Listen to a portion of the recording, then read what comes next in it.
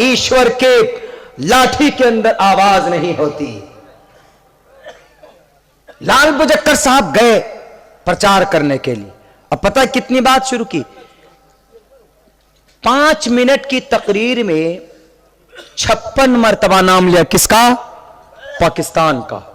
हम लोग अपनी पूरी जिंदगी में शायद 56 मरतबा पाकिस्तान का नाम लेते हैं कि नहीं लेते हैं, लेकिन वो अपनी 5 मिनट की तकरीर में 56 मरतबा पाकिस्तान ऐसा है, कश्मीर ऐसा है, अफगानिस्तान ऐसा। अरे कभी कभी अपने भारत का भी नाम ले लो कि हमारे भारत की क्या हालत है, गरीब मर रहे हैं।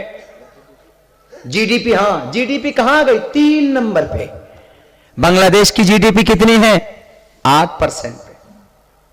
बांग्लादेश डूब मरने की बात है। बात करते हैं कि हमारा हिंदुस्तान फास्ट ट्रैक है। फास्ट ट्रैक किसमें? घोटाला करने में,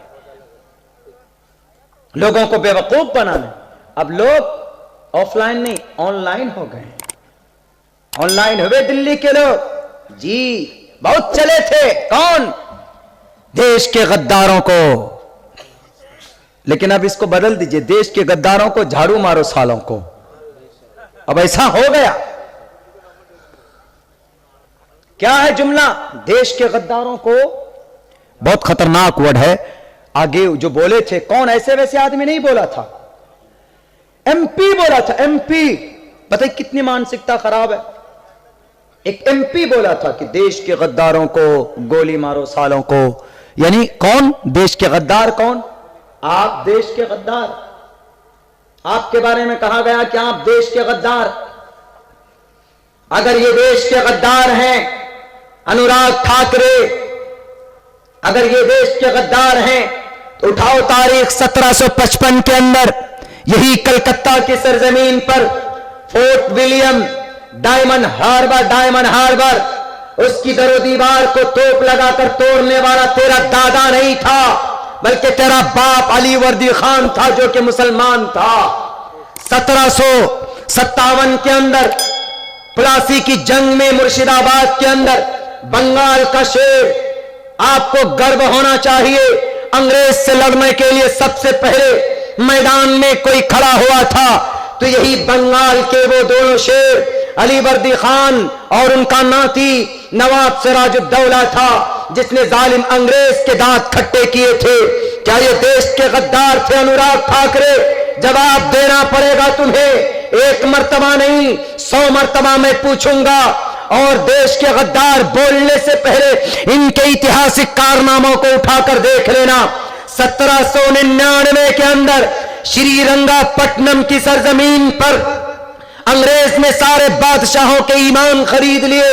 अंग्रेज ने सारे महाराजा राजाओं को कहा कि हम आपको दौलत देने के लिए तैयार हैं, लेकिन आप अपनी प्रशासन और अपने फौजी को हमारे साथ कर दो। लेकिन जब बात आई शेर हिंदुस्तान हैदर अली टीपू सुल्तान की, टीपू सुल्तान के दरबार में अंग्रेज पहुंचता है और कहता है कि टीपू सुल्तान हमें तुम्हारी मदद चाहिए, तुम सरनिगो सरेंडर कर लो, हम इस देश पर हुकूमत करना चाहते। तो वो टीपू सुल्तान ने कहा था, अनुराग ठाकरे याद रखना आप इस बात को, टीपू सुल्तान ने कहा था मुंह छुपाकर नहीं बल्कि आंख नजरें मिलाकर, अनुराग ठाकरे साहब नजरें मिलाकर। किससे? अंग्रेज से। कौन अंग्रेज? जो इस देश को लूटने के लिए आए थे, जो इस देश की जीडीपी को गिराने आए थे, जो इस देश की कोहिनूर को लेने के लिए आए थे, इस देश की आगरा का ताजमहल की खूबसूरती को खत्म करने आए थे। उसकी आंखों में आंखें मिलाकर टीपू सुल्तान ने कहा कि जालिम अंग्रेज, शेर की 1 दिन की जिंदगी ज्यादा बेहतर होती है गीदड़ की 100 साल जिंदगी से। मेरे बाजुओं में ताकत है, मैं एक हिंदुस्तानी हूं और उसके साथ साथ आई एम कंप्लीटली मुस्लिम, मैं एक मुसलमान हूं और मुसलमान की आन बान शान होती है। उनके पास जो ईमान का दौलत होता है उसको कोई माए का लाल खरीद नहीं सकता, उसको कोई नहीं डरा सकता। याद रखो, उन्हीं के वंश में से था, वो टोपी दाढ़ी वाला जो पार्लियामेंट के अंदर CAA के बिल को उखाड़ कर फेंक दिया, वो तनहा था। वो कौन सी ताकत थी? वो ईमान की ताकत थी। तुम्हारे होम मिनिस्टर के चेहरे से 4 ग्राम खून कम हो गया था, सिर्फ एक शेर ने जब दहाड़ कर बोला कि ये हिटलर की औलाद है, मैं इस बिल को नहीं मानता। जवाब नहीं दे पाए थे उस मुजाहिद की। क्यों? मोमिन जो होता है वो देश के लिए मर मिटने के लिए तैयार होता। टीपू सुल्तान ने कहा, बाजुओं में ताकत है, तुम्हें मुकाबला करना है तो कर लो, आओ मैदान में। I am agree, I am ready to fight with you. तुम्हारे साथ मुकाबले के लिए मैं तैयार हूं।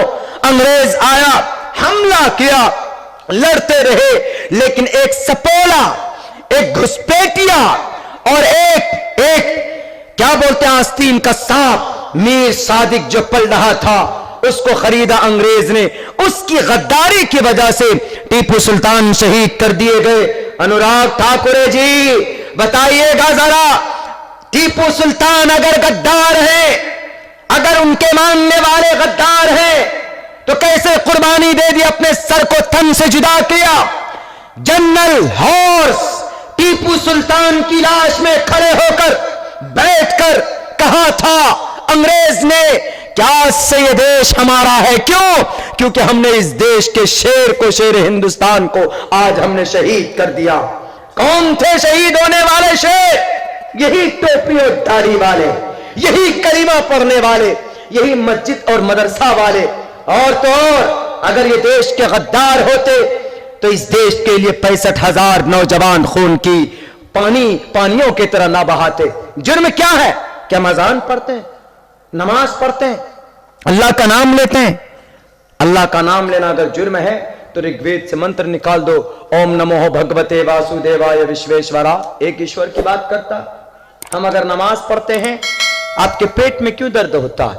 नमाज की तलकीन तो श्री रामचंद्र जी ने भी हनुमान को किया। पतमादार का जीवादियोद दियन मुझियते तृतीयानन को डलाकार चतुर्तर देव चंद्र का पंचम बिंदु संयुक्ता। हनुमान जी ने